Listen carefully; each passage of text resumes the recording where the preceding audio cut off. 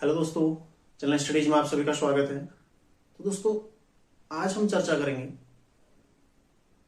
कुछ ऐसे महत्वपूर्ण बिंदु जो एग्जाम के दौरान आपको ध्यान में रखने हैं। क्योंकि पिछले कुछ एग्जाम्स में कई सारे बच्चों ने मैसेज किया था, एक बच्चे ने स्पेशली मैसेज किया था कि उसका जो प्रश्न पत्र है उसमें कई सारी गड़बड़ियां हो गई। ठीक है, गोले भरने के दौरान कई सारी गड़बड़ियां हो गई। तो क्यों हुई, क्या कारण थे, ये सारी चीजें हम इसमें डिस्कस करने वाले हैं और क्यों इससे बचना जरूरी है। ठीक है, ये भी हम सारी चीजें इसमें डिस्कस करेंगे। तो जो भी चैनल पर नए, चैनल को सब्सक्राइब कर लीजिएगा। सबसे पहले हम चर्चा करते हैं, देखो फॉरेस्ट गार्ड का आपका एग्जाम होना है कब है, 9 अप्रैल को है। ठीक है, 9 अप्रैल।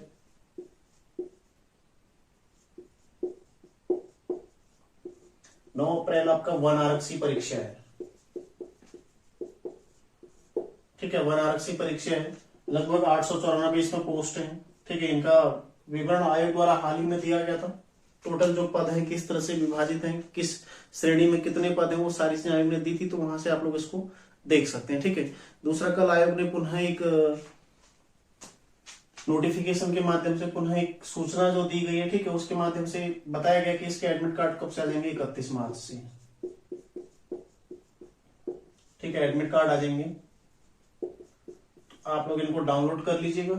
ठीक है, और अपना एडमिट कार्ड जितना जल्दी हो सके निकाल लेना, मतलब 31 से 1-2 जल्दी से जल्दी निकालना, ताकि आप एक टेंशन से मुक्त हो जाओगे कि आपको एडमिट कार्ड अभी निकालना है ना। तो वो चीज आप कर लेना। एडमिट कार्ड इसका 31 मार्च से आ जाएगा, तो ये आप निकाल लेना। बाकी पद आपको पता ही है। ठीक है, और 9 अप्रैल को परीक्षा होनी है। सबसे महत्वपूर्ण है परीक्षा का दिन। ठीक है, परीक्षा का दिन कई सारे बच्चे तनाव में रहते हैं। ठीक है, और होता भी है, तनाव होना स्वाभाविक है। क्यों? क्योंकि आप परीक्षा देने जा रहे हैं और परीक्षा निकलती है तो आगे आपका एक अच्छा भविष्य, ठीक है, आगे आपको एक रोजगार का जरिया, जॉब मिल जाती है। और नहीं निकलता तो पुनः आपको वही चीजें रिपीट करनी पड़ती है, पुनः अपने आप को संभालना पड़ता है। क्योंकि आप तैयारी कर रहे हैं तो कहीं ना कहीं थोड़ा टूट भी जाते हैं परीक्षा देने के पश्चात, यदि पेपर अच्छा नहीं हुआ तो। देखो, तनाव होना स्वाभाविक है। परीक्षा देने यदि आप जाते हैं या आप तैयारी कर रहे हैं, कोई परीक्षा आपकी अच्छी हो या ना हो, ठीक है, आप अभी बेरोजगार हैं तो तनाव तो रहेगा, लेकिन उससे बचना है आपने। ठीक है, उसको अपने ऊपर हावी नहीं होने देना है। होता है, हर किसी को होता है। ठीक है, कोई बड़े लेवल के एग्जाम देगा उसको भी होगा, छोटे लेवल के एग्जाम दे रहे हैं उसको भी होगा। ठीक है, इसको आपने स्वयं पर हावी नहीं होने देना है। ठीक है, आपने इसी चीज के लिए तो तैयारी किया आपने, आप पेपर के लिए तैयारी कर रहे हैं, आप पेपर के लिए तैयार हैं। ठीक है, आप पेपर के लिए तैयारी कर रहे थे और आपने फुल तैयारी करी है, तो फिर तनाव को अपने ऊपर हावी न होने दें। इससे ना कहीं देखो गलतियां हो जाती हैं। और दूसरा देखो, पूरे आत्मविश्वास के साथ, दूसरा क्या, देखो पूरे आत्मविश्वास के साथ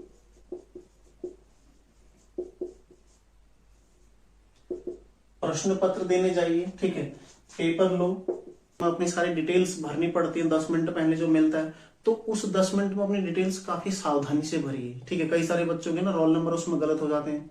कई सारे बच्चे, देखो सारी चीजें आप यदि पेपर देने जा रहे हैं तो सारी चीजें आपको एडमिट कार्ड में दी गई हैं। आपका विषय क्या है, आपका सेंटर कोड क्या है, ठीक है, आपका सेंटर का नाम क्या है, इधर उधर किसी से पूछने की आवश्यकता नहीं है। कई सारे बच्चे आपने देखा होगा एग्जाम हॉल में जब जाते हैं तो कई सारे बच्चे एक दूसरे से पूछने में लग रहते हैं इसका विषय कोड क्या होगा। सारी चीजें आपको एडमिट कार्ड में दी गई हैं। ठीक है, घबराइए मत, क्योंकि उससे भी ना कहीं आप गलतियां कर सकते हैं। हो सकता है दूसरे ने गलत भरा हो, वो आपको गलत बता दे, है ना। तो आप स्वयं देखो, एडमिट कार्ड को पूरा पढ़ो, उसमें जो भी सूचना आपको दी गई है उसको पढ़िए। हो सकता है कुछ नई चीजें ऐड कर दी हो नीचे सूचनाओं में, बाकी जो ऊपर दी गई हैं सारी चीजें उनको भी देख लो। आपका सेंटर कोड क्या है, ठीक है, सिटी सेंटर क्या है, आपका जो केंद्र है, परीक्षा केंद्र कहां पर पड़ा हुआ उसका नाम क्या है, ठीक है, आपका विषय कोड क्या दिया गया है उसमें, और विषय का नाम क्या दिया गया है। यही सारी चीजें जो ओएमआर में भरनी पड़ती हैं आपको, वो सारी चीजें आपने देख लेनी है। बाकी देखो, अपना रोल नंबर सावधानी से भरिए, बस इतना ही आपको ओएमआर में भरना है। और उसके पश्चात नीचे आपने प्रश्नों के उत्तर जो भरने, उन्हें भी सावधानी पूर्वक। कहीं ना कहीं जब तनाव हावी रहता है तो हमारी गलतियां थोड़ा ज्यादा हो जाती है। कैसी होती है, मान लो प्रश्न संख्या 1 है, ठीक है, प्रश्न संख्या 2 है, इनके 4 गोले मेरे को दिए गए हैं। ठीक है, कोई भी प्रश्न अ मान लो और प्रश्न ब मान लो, कोई भी प्रश्न मान लो, ठीक है, तो होता क्या है, माना मुझे इस प्रश्न का उत्तर आ रहा है और मैं इसका गोला भर देता हूँ, मुझे पता था कि इस प्रश्न का, वो प्रश्न का आंसर सी है, तो मैं एक का सी भरता हूँ। इससे क्या हुआ, ये भी गलत हो गया, ये भी गलत हो गया, दो प्रश्न गलत हो जाते हैं हमारे। ठीक है, तो इन चीजों से बचना है, क्योंकि एक गलती, एक छोटी सी गलती मतलब आपके 1.25 कम हो गई। आप यहीं से देखो धीरे धीरे मेरिट से बाहर होने लग जाते हैं। 1.25 कम हो गई। ऐसे अगर आपने 5 गलतियां कर दी तो आपके नंबर कितने घट गए, 6.25। यदि आपने 5 गलतियां कर दी तो 6.25 नंबर आपका कम हो गया। ठीक है, तो ये नंबर आपके लिए बहुत ज्यादा मायने रखता है। इस तरह की गलतियां ना करें। ठीक है, क्योंकि कई बार जब मैं भी पहले एग्जाम देता था, कई बार इस तरह की गलतियां हुई थी। ठीक है, उनका खामियाजा भुगतना पड़ता था और बहुत ज्यादा ये नुकसान होता है, क्योंकि लास्ट में जब जो तैयारी कर रहा है उसके एक एवरेज नंबर आ जाते हैं। ठीक है, मतलब जो सिलेक्शन के आसपास का नंबर है वो आ जाता है। उसके पश्चात उसने इस तरह की गलतियां कितनी कम की हैं ये उसके सिलेक्शन पर निर्भर करता है, उसके सिलेक्शन के लिए निर्भर करता है। ठीक है, कई सारे लोग होते हैं जो 0.25 से रह जाते हैं या 0.50 से रह जाते हैं। क्यों, इस तरह की गलतियों की वजह से, है ना। एग्जाम के दौरान बिल्कुल भी प्रेशर ना लें, तनाव को अपने ऊपर हावी मत होने दीजिए। इससे कहीं ना कहीं आपकी गलतियां ही होंगी। नंबर एक, इस तरह की गलती ना करें, क्योंकि इससे आपको बहुत ज्यादा नुकसान होता है। और दूसरा, ठीक है, एक बच्चे ने अभी क्या किया हाल ही में, उसने मेरे को मैसेज करके बताया कि उसने पहले क्या होता था, जो भी पेपर आता है, भले यूके ट्रिपल एससी का आता हो या यूके पीएससी का होता हो, केवल कनिष्ठ सहायक को छोड़कर पहले के सारे पेपरों में हिंदी पहले आती है और जीएस बाद में आता है। ठीक है, लेकिन यहाँ क्या हुआ, इसके विपरीत हुआ, हिंदी बाद में आया और जीएस पहले आ गई। तो उसने पहले हिंदी प्रश्न सॉल्व कर लिए। ठीक है, उसे आते भी थे अच्छे प्रश्न, उसके हिंदी गलत होने के बावजूद भी अच्छा नंबर आ रखा है। लेकिन नुकसान क्या हुआ, देखो हिंदी था 76 to 100 और उसने क्या किया, इस 76 को एक समझ बैठा, मतलब प्रश्न उसको आ रहे थे। ठीक है, तो वो ध्यान में नहीं रख पाएगी हिंदी प्रश्न संख्या 1 से नहीं 76 से, है ना। क्योंकि आदत बनी हुई है कि प्रश्न संख्या 1 से लेकर 20 या प्रश्न संख्या 1 से लेकर 25 तक हिंदी आती है।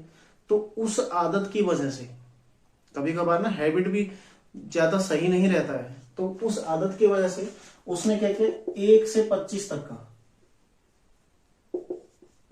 1 से 25 तक के सारे प्रश्न भर दिए, गोले भर दिए हिंदी वाले। ठीक है, जो कि गलत हो गई। ठीक है, तो इस तरह से देखो 25 नंबर का मतलब उसमें से अगर 17, 18, 20 भी सही होते तो कहीं ना कहीं उतने नंबर का लॉस तो हुआ ही हुआ, और बाकी जो 1 से 25 तक प्रश्न सही होने थे वो भी गलत हो गए। ठीक है, तो इस तरह की गलतियां बिल्कुल ना करें। इस तरह की गलतियां देखो आपके एग्जाम के लिए अच्छी नहीं है। ठीक है, आपके प्रश्न पत्र इस तरह से गलत ही हो जाएगा फिर। ठीक है, तो इस तरह की गलती पर रोक लगाने के लिए सबसे पहले देखो आपको एग्जाम हॉल में जाना है, तनाव मुक्त जाना है, बिल्कुल भी टेंशन नहीं लेना है। और वहां पर जाके आप प्रथम दृष्टिया जब एक झलक पहले पेपर हम देखते हैं ना, प्रथम दृष्टिया हमें पेपर मिला, जैसे ही बेल बजा 11 बज गया, मतलब आपका पेपर होना शुरू हो गया, तो सबसे पहले हम सभी लड़के के सभी बच्चे क्या करते हैं ना, पेपर पलटते हैं फटाफट और देखते हैं पेपर आया कैसा है, वहीं पर अनुमान लगाते हैं पेपर आया कैसा है। ठीक है, तो पहले 10-15 मिनट में यदि आसान लगता है तो कुछ बच्चे जो होते हैं वो आत्मविश्वास के साथ पेपर देते हैं, जो कि सबसे अच्छी चीज है। ठीक है, आत्मविश्वास के साथ पेपर देना क्या है, अच्छी चीज है। लेकिन कुछ बच्चे क्या होते हैं, पेपर आसान होता है तो अति उत्साहित भी हो जाते हैं। ठीक है, अति उत्साहित होना भी गलत है, क्योंकि गलतियों की संभावना ज्यादा होती है। और कुछ बच्चे यदि पेपर टफ है तो वो क्या तनाव में आ जाते हैं, वहीं पर टेंशन लेने जाते हैं, यार इतना सारा पढ़ा था, पेपर ऐसा आ रखा है, क्या होगा। अरे वहां पर क्यों सोच रहे हो, वहां पर कम से कम आप पेपर तो हल करो।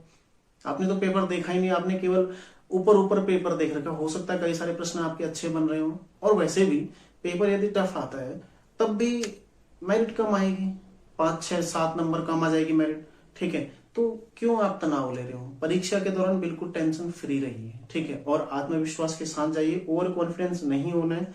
और जो इस तरह की गलतियां होती है ना, इन गलतियों से, और जो गोले भरने वाली गलतियां होती हैं इनसे, प्लस अपने जो रोल नंबर भरने वाली गलतियां होती हैं, आपको सीटी कोड मालूम नहीं होता, विषय का नाम पता नहीं होता है। ठीक है, विषय का नाम मालूम नहीं होता है, कोड मालूम नहीं होता, वो सब आपके एडमिट कार्ड में दिया है, उन चीजों को देखिए। ठीक है, किसी से पूछने की आवश्यकता नहीं है, अपना फ्री रहिए, जितना हो कोशिश करते हैं कोशिश करिए कि अपने को तनाव मुक्त रखें। ठीक है, सबसे पहला बिंदु हमें डिसाइड कर चुके हैं। अब देखो एक और बिंदु जो मुझे लगता है कि आप लोगों को अभी बताना चाहिए, कल कनिष्ठ सहायक के आंसर की आई है।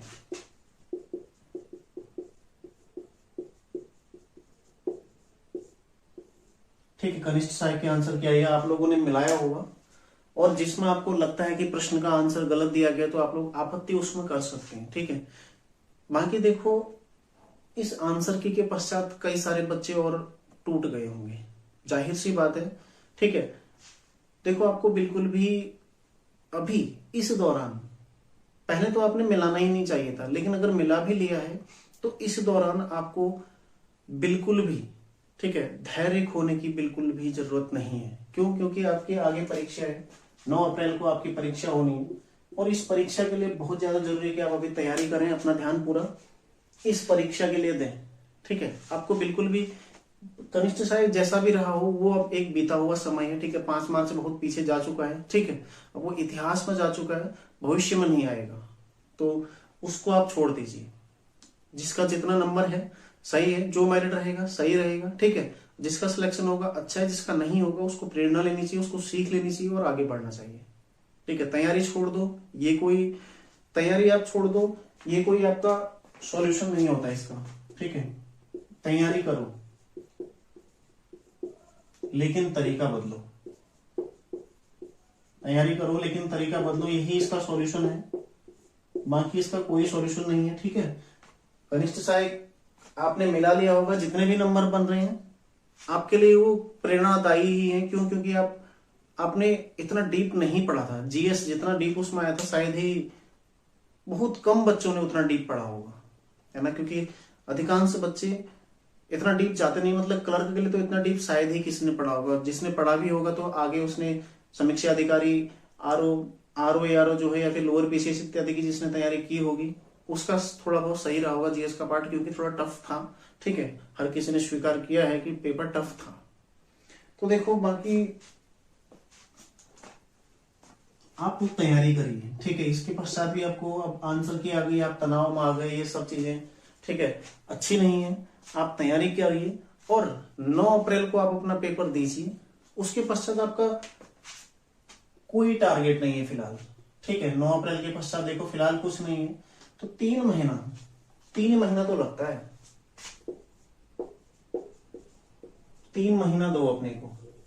ठीक है, 1 महीना इतिहास को, 1 महीना भूगोल को और 1 महीना पॉलिटी को, 3 महीना दो। क्योंकि उत्तराखंड और हिंदी, जो भी उत्तराखंड की तैयारी कर रहा है उसकी बहुत अच्छी होती है, स्ट्रांग होती है ना। तो 3 महीना अपने आप को दो, इतिहास भूगोल पॉलिटी भी पढ़ लो। क्या 3 महीने में ही तो आपका कल्याण हो जाना है? तो फिर क्यों आप तैयारी छोड़ने की सोच रहे, क्यों आप हतोत्साहित हो रहे हैं एक परीक्षा को देकर? क्या केवल एक एग्जाम के मूल्यांकन से आप अपने आप को माप लेते हैं कि आपने कितना पढ़ा है, अपना मूल्यांकन कर लेते हैं? नहीं, आपको अभी तो बहुत सारे एग्जाम देने हैं। 2023 आपको बहुत सारे मौके दे रहा है, आगे अभी और भर्तियां आएंगी। ठीक है, कई सारी भर्तियां आएंगी।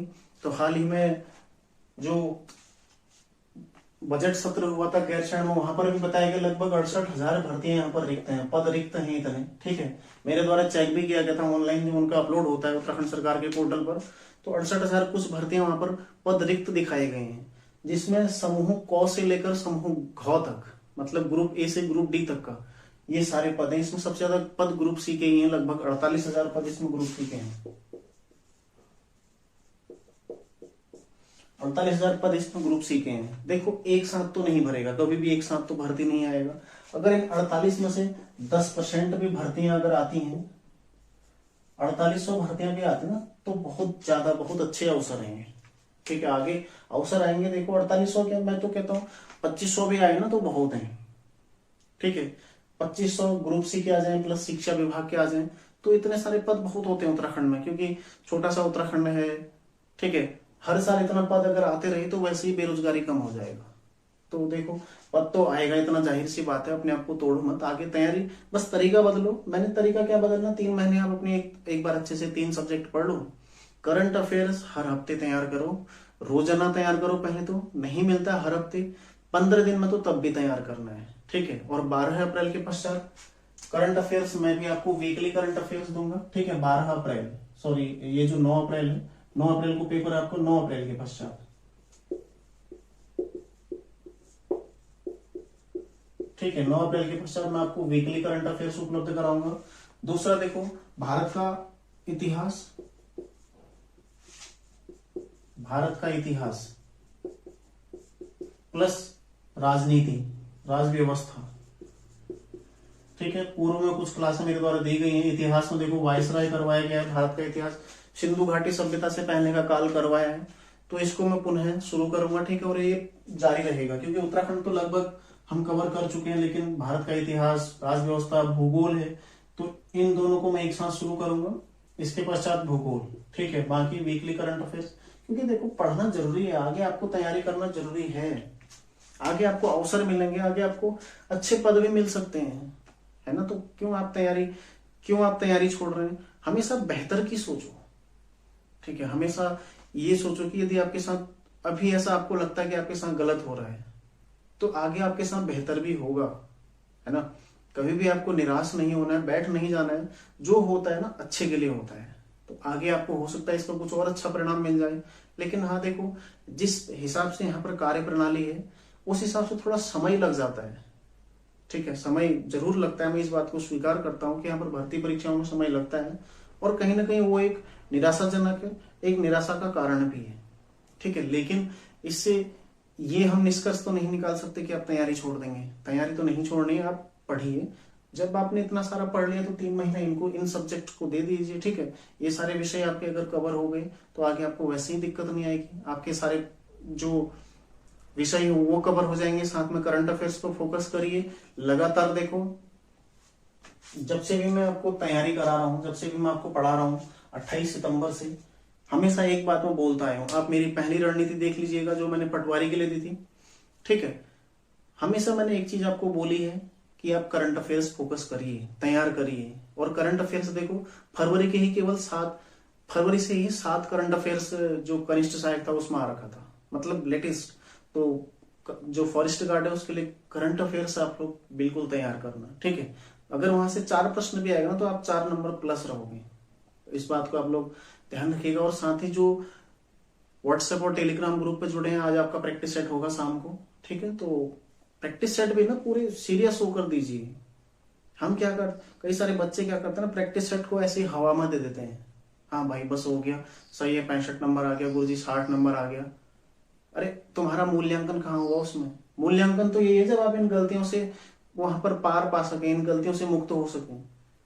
आजकल ओएमआर आती है, ओएमआर का जो फॉर्मेट आता है वो आपको मिल जाएगा, इजीली बाजार में मिल जाता है, ठीक है। उसको लो, उसमें सॉल्व करो, सारी चीजें अच्छे से सावधानी से भरो, उसमें अपना गोले अच्छे से भरो, तब अपना सारे प्रश्नों को चेक करो, दोबारा पढ़ो, तिबारा पढ़ो, 3-4 बार पढ़ो, 2 घंटे का समय पूरा लो, उसके पश्चात अपना आंसर मिलाओ। नहीं होता क्या है कि जल्दी कर लिया, जैसे पहला आधे घंटे में मैसेज कर दिया कि सर हो गया मेरा आंसर की भेज दो, जैसे कि गुरुजी प्राइज देने वाले होंगे आपको।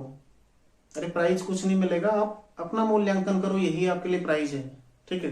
कुछ जब आपने उससे कुछ ग्रहण किया तो समझो वही आपके लिए प्राइज है, तो उससे ग्रहण करो, इत्मीनान के साथ दो, पूरा पूरा समय लेकर पेपर को हल करो, जल्दीबाजी की क्या जरूरत है। यही चीजें जब हम, ये छोटी छोटी गलतियां हम अपने दैनिक चीजों में नहीं करते हैं, जब इनको हम सुधार करते हैं दैनिक चीजों में, तभी हम किसी बड़े जब चीज को फेस करते हैं ना, वहां पर हमें उसका लाभ मिलता है।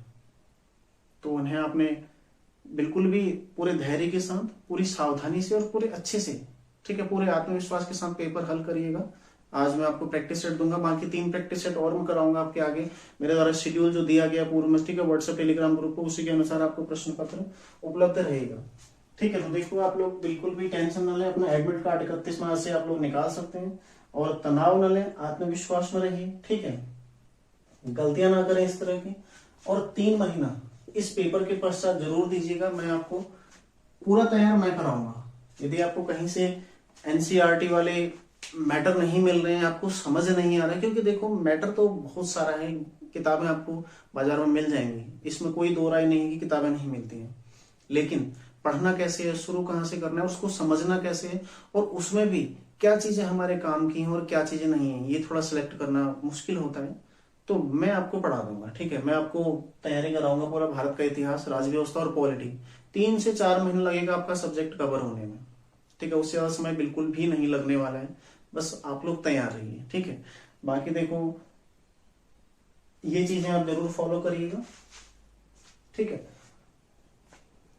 और यदि आपको कोई दिक्कत लगता है, मतलब यदि आपको ऐसा लगता है कि आपका स्कोर नहीं बढ़ रहा है, क्यों नहीं बढ़ रहा है, ये सारी चीजें स्वयं से आप अपना निष्कर्ष निकालिए, ठीक है। मूल्यांकन करिए या फिर मेरे साथ शेयर कर सकते हैं कि आप, ठीक है, क्यों आपका स्कोर नहीं बढ़ रहा है। तो हो सकता है आप कुछ गलतियां बार बार कर रहे हो, ठीक है। तो उन चीजों को हम डिस्कस कर सकते हैं। मैं आपको मैसेज, आप लोग मुझे मैसेज कर सकते हैं, क्योंकि जब समय मिलता है मैं आपको रिप्लाई जरूर करता हूँ, ठीक है। तो मिलते हैं नेक्स्ट क्लास में, तैयारी आप लोग करते रहिए।